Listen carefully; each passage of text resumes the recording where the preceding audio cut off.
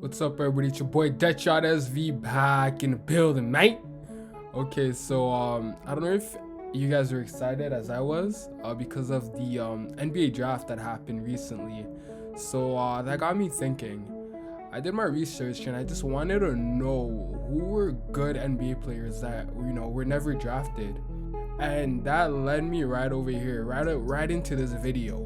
Because in this video, I'm gonna share with y'all 4 players that you have no idea were undrafted. So without any further ado, let's get right into it.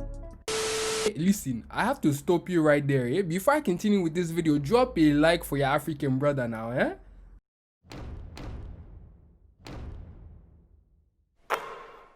So the first player we have is Joe Ingles. He played preseason for the Los Angeles Clippers back in 2014-2015 season. However, he ended up being signed by the Utah Jazz at the age of 27. On his NBA debut, he only played 4 minutes against the Houston Rockets. However, his first bucket came in a loss against the Dallas Mavericks. Ingles became a starter with the Jazz in March 2015. And on the 23rd, he dropped 18 points against the Timberwolves, which was a career high. On July 10, 2015, Ingles re-signed with the Jazz on a multi-year contract. He became a strong core in the Jazz's offense. He even scored a career high 5 3-pointers against the Golden State Warriors, which also resulted in a loss of 106-99.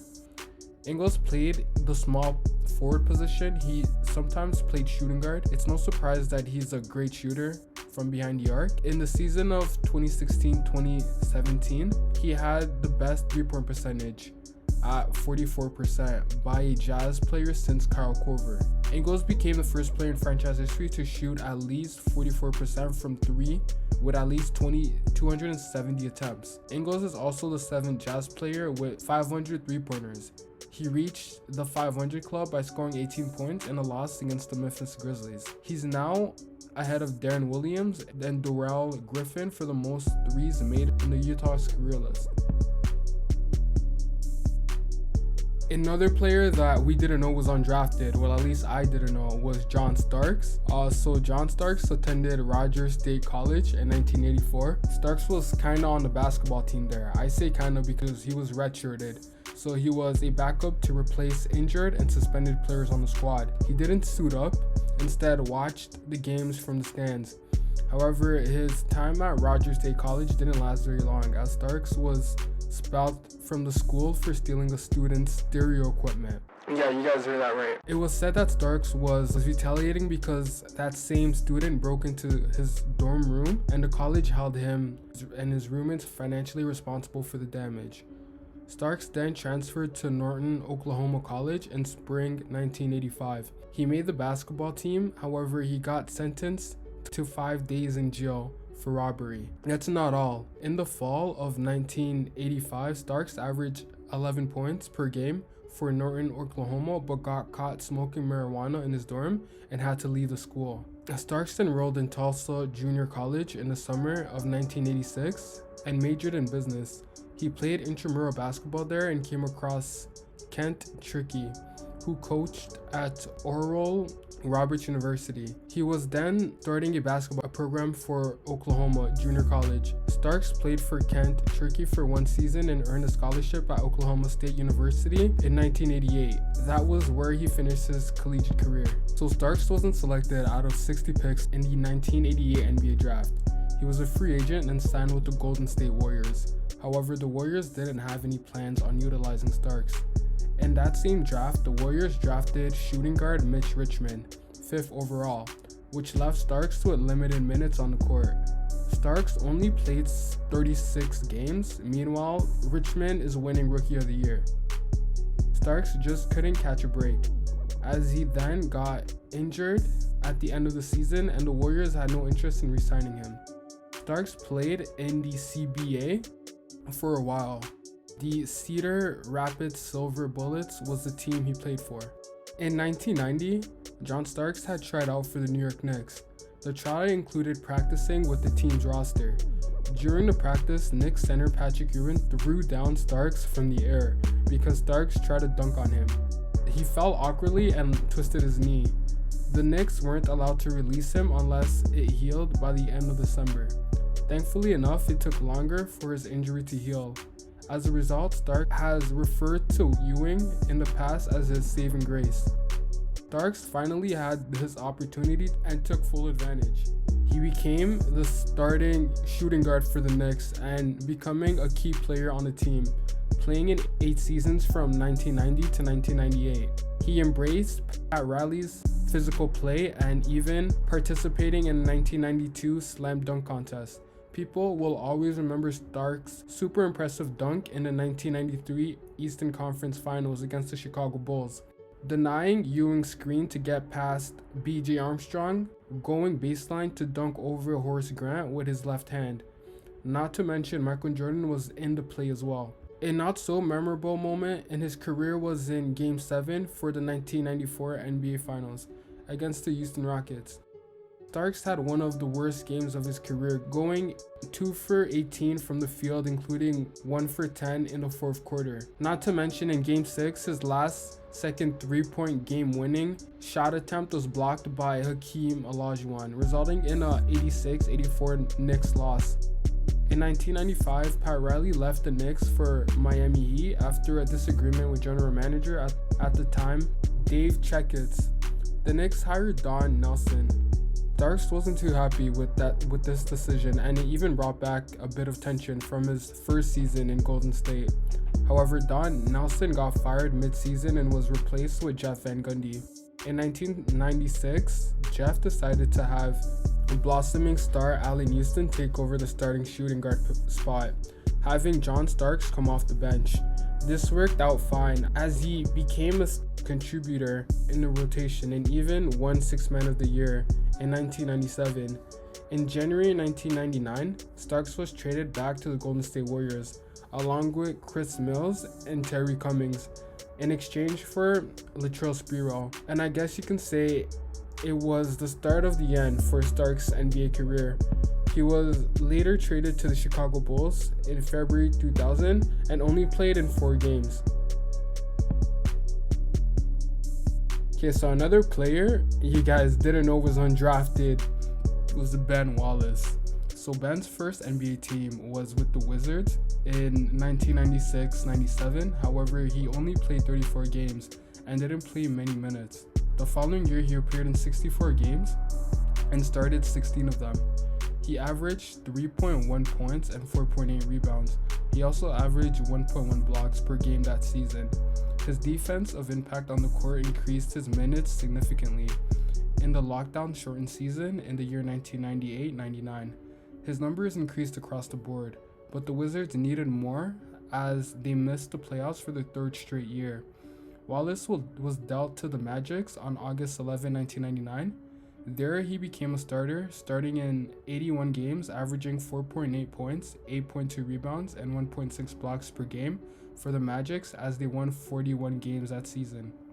However, they missed the playoffs, then Wallace was dealt to the Pistons along with Chucky Atkins for superstar forward Grant Hill. This trade was considered lopsided. Some would say the year 2001 and 2002 was Ben's breakout season. He averaged a season-high 7.6 points per game and leading the league in rebounds with 13 rebounds per game and impressive 3.5 blocks per game. He won his very first Defensive Player of the Year award and obviously made the defensive first team. He also made the 3rd team All-NBA. The Pistons won 50 games that season and beat the Raptors in the first round. However, they lost to a Paul Pierce-led Celtics in the second round. In the season of 2002-2003, Ben won his 2nd Defensive Player of the Year award, All Defense First Team, and even made the All-NBA second team. His rebounding increased to 15.4 boards per game. The Pistons won 50 regular season games again and got past the first round, overcoming a 3-1 deficit against the Magics, led by Tracy McGrady. They also got by the 76ers in 6 games, but then got swept by the Nets, who made the finals the year before. Despite Wallace not winning his 3rd consecutive Defensive Player of the Year award, losing to Ron Artest, he'll be mentioned again later on in the video. Wallace increased his season points average to 9.5 points, made 1st team All Defense again, and All NBA second team. The Pistons were really looking to shake things up as they hired a new coach, Larry Brown, and acquired Rasheed Wallace in a trade who could space the court and improve the team's defense. The Pistons managed to get by the Nets, this time going all 7 games. Then they got by the Pacers, you know, the Ron Artest, Reggie Miller-led Pacers. The Pistons won the series in 6 games. The Pistons had not reached the finals since 1990. They ended up beating Kobe Bryant and Shaq-led Lakers in convincing fashion. 5 games was all it took. The next season, the Malice in the Palace happened, as Wallace and Ron Artest sparred with each other, and yeah, you know the rest.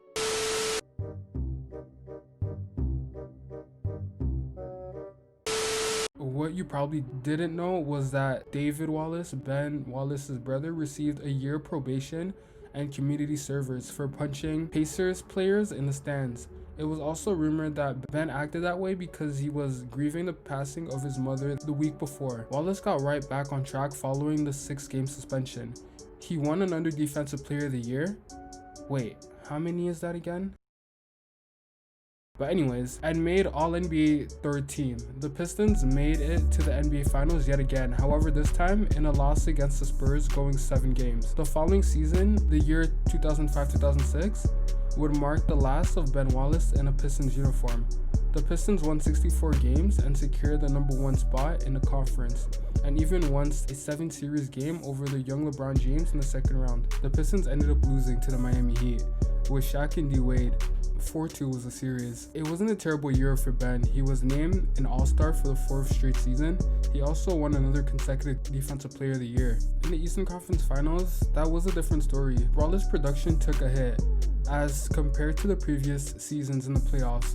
He only averaged 4.7 points per game, 10.5 rebounds, and 1.2 blocks. Wallace agreed to a 4-year, $60 million deal with the Chicago Bulls the next season.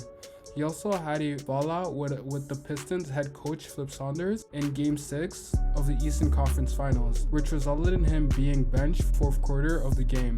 Sure, that made it easier for Wallace to go elsewhere.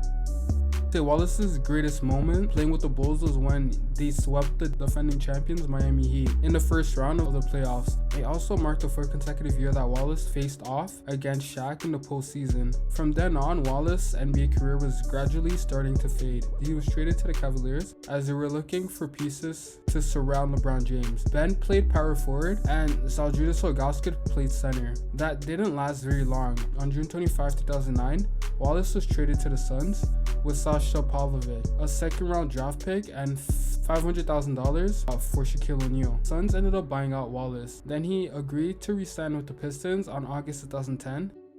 On April 14, 2012, Wallace played his 1,055th game, surpassing the record held by Avery Johnson for most games played by an undrafted player. So there you have it, guys. The 4 players that you guys didn't know were undrafted. So let me know in the comments down below on the players that you already knew was undrafted. If you knew all 4 players was undrafted, then kudos to you. But if you didn't, put a comment down below. You know, let me know who's, you know, out of the 4 players, who's your top, who's your favorite player. And yeah, you know, this is me, DeadShotSV. I'm out of here.